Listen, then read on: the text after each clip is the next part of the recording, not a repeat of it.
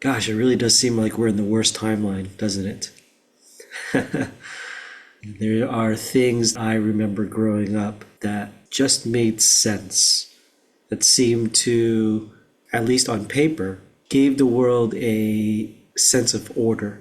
And not only order, but continuity.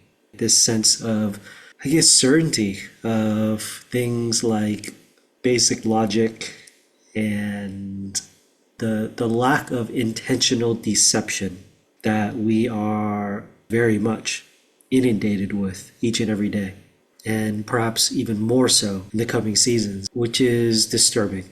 There's the idea of a breaking point, or a point to where after that point, things become either impossible or difficult to return back to the state that they were in before. At the same time, we can recognize that change is constant. Things are always going to be changing.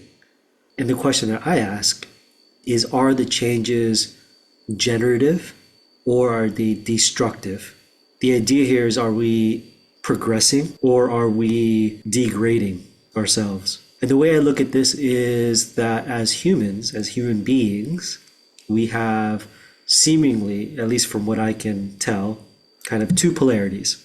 We have our, say, our human, our spirit, the aspect of us that is always and in all ways connected to each other and everything, and it is very, I would like to say, intrinsically benevolent, that we have an orientation towards the goodness or the well-tendedness of things. And on the other side of it is that we seem to have our, let's say, our animal nature, the aspect of us that is very basic and limited in its scope, its vision, its ability to see how this action leads to this next action, which then leads to this next action, which then creates this culture that we have.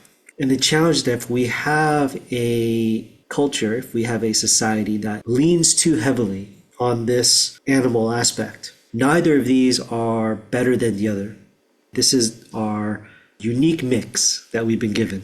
So we have these two polarities, these two sides, these two balances. We have our benevolence and we have our banality. Both have their uses at different times. If I'm being attacked, it's probably good for my animal instinct to come online and do a thing.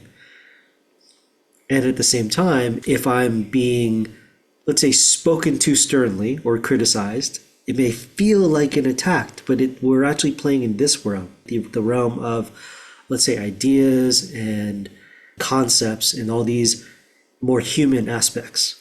And so the question is, are we, as an individual and also as a society, communities, the broader, it goes broader, are we leaning more towards our humanity, or are we allowing ourselves to slide into our beast mode, as it were?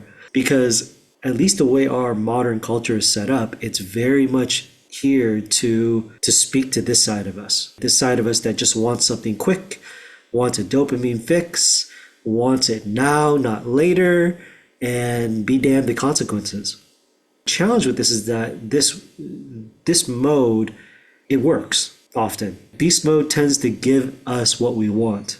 Maybe not in the ways we want them or packaged it exactly how we would like it, but we tend to get what we want. The only issue is what we may want well, first off, may have been faulty to begin with, which I think is part of the challenge. But also, whatever it is that we do end up getting that works, it's usually short-lived. Animals in the wild, they live day by day, if not moment by moment. They track their life by the setting and the movements of the sun, and that's about it.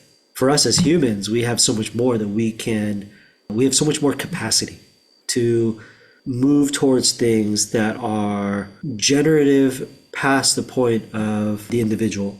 And I do believe this is part of our human intention.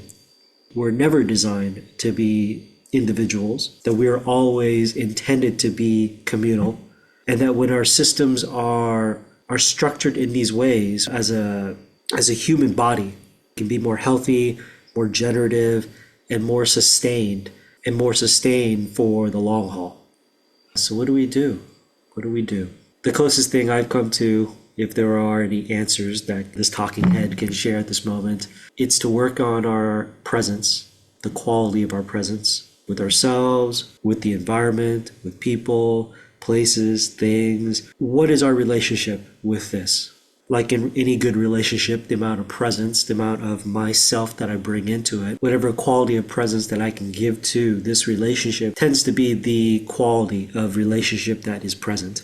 The other, which seems very similar, is to really get curious and to begin inquiring about all of this. All the things that school never taught us, all the orientations, the hints, the threads of our humanity that may or may not be pointed to by our modern culture. But there are many reasons why it seems that our culture points us away from our humanity. The short answer is capitalism and the acquisition of power and resources amongst a small few and all that fun stuff.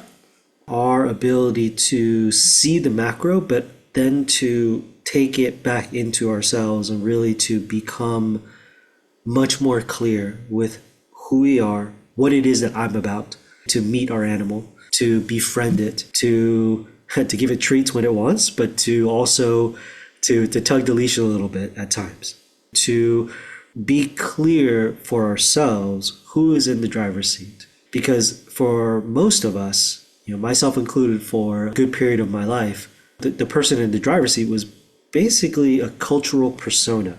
It was who I thought I needed to be in order to be safe, to get my needs met, to be a part of something, to belong, to be a part of all these things that as a human I naturally want to be a part of.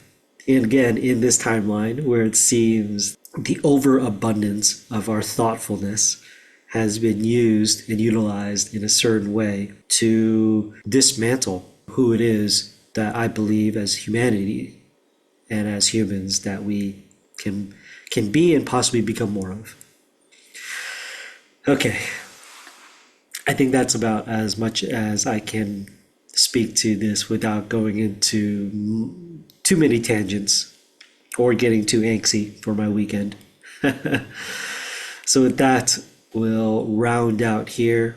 If you're interested in these topics, in hearing about heartful, soulful, intentional perspectives to bring humanity closer together, then stick around, hit that subscribe, hit that like, and even perhaps leave a comment down below to let me know that you're here, that this resonates or doesn't.